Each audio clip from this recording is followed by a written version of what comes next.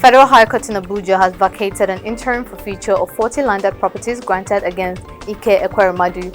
Hi, welcome to What's Happening. These are the top 10 stories.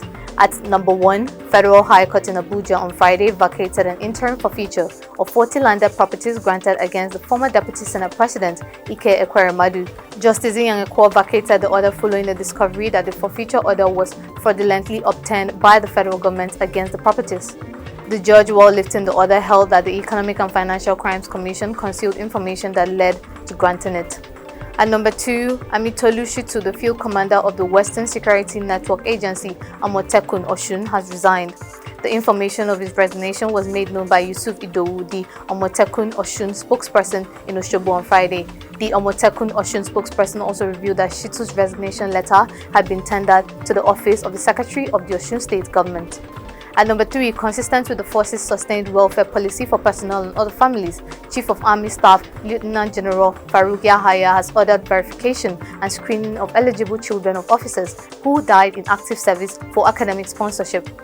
Addressing affected families and relations at the verification venue, Army Chief of Administration Major General Wilson Ali clarified that the move was to empower the beneficiaries academically for them to become responsible citizens. The screening verification exercise will cater for both existing and new applicants. At number 4, a yet-to-be-identified gunmen have abducted a first-class traditional ruler in Plateau State. The Agwom is His Royal Highness Dr. Isaac Azi Wakili. He was kidnapped at his palace in the Angwari area of Just East local government. It was gathered that the two security officers sustained varied degrees of injury even as the gunmen overwhelmed them and took away the paramount ruler. The Public Relations Officer of Plateau State Police Command DSP Alfred Alabo confirmed the abduction of the traditional ruler as well as the injury of the police officers. At number 5, terrorists on Friday kidnapped the chairman of Idiato North local government area of Imo State, Chris Ohizu, and the chairman of the All Progressive Congress in the local government. The gunmen also kidnapped one unidentified person. A resident in the area, Chubuzo Namadi, reportedly told locals that the gunmen also burnt the APC chairman's house, taking him away with bullet wounds on his leg. Confirming the incident, Imo State Commissioner of Police CP Mohammed Bade said the command has moved into action to bring the perpetrators to book. At number 6, a new police public relations officer, ASP Henry Okoye, has assumed office at the Imo State Police Command. This was announced in a statement by the immediate past PPRO, Michael Abatam, on Friday. Okoye took over from Abatam as the Imo PPRO, who has been redeployed.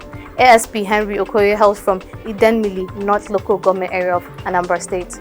At number 7, according to reports, at least 8 corpses have been recovered after a deadly attack at the Abagana community, Makurdi, the Benue State capital, by armed men suspected to be Fulani headsmen. The special advisor on security matters to the Benue State Governor Paul Hemba confirmed the incident. He added that it was carried out late Thursday when the armed men invaded the community near the internally displaced persons camp in Abagana. At number 8, the Niger Delta Development Commission has dismissed a false report of crisis in the interventionist agency following an alleged infighting between members of the commission's governing board. According to a statement by NDDC Director Corporate Affairs Dr. Ibitoye Abosede, the report, which emanated from Sahara reporters, is a calculated attempt by mischief makers to distract the NDDC board. They urged members of the public to disregard the story.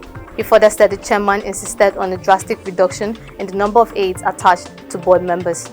At number 9, the UK's crisis-hit National Health Service is set for its biggest ever day of industrial action next month after thousands of ambulance workers announced on Friday a series of new strikes.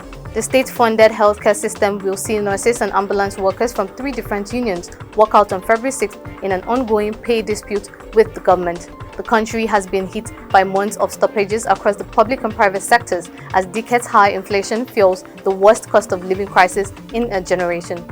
Finally, at number 10, the United States has announced a massive new package of arms and munitions for Ukraine on Thursday as the country's Western supporters seek to boost its armored forces. The package does not feature Western battle tanks requested by Kyiv. The United States and other countries have made several large donations of armored vehicles to Ukraine, but with the exception of Britain, have not pledged to provide modern Western tanks. That's all for today. See you next time on What's Happening.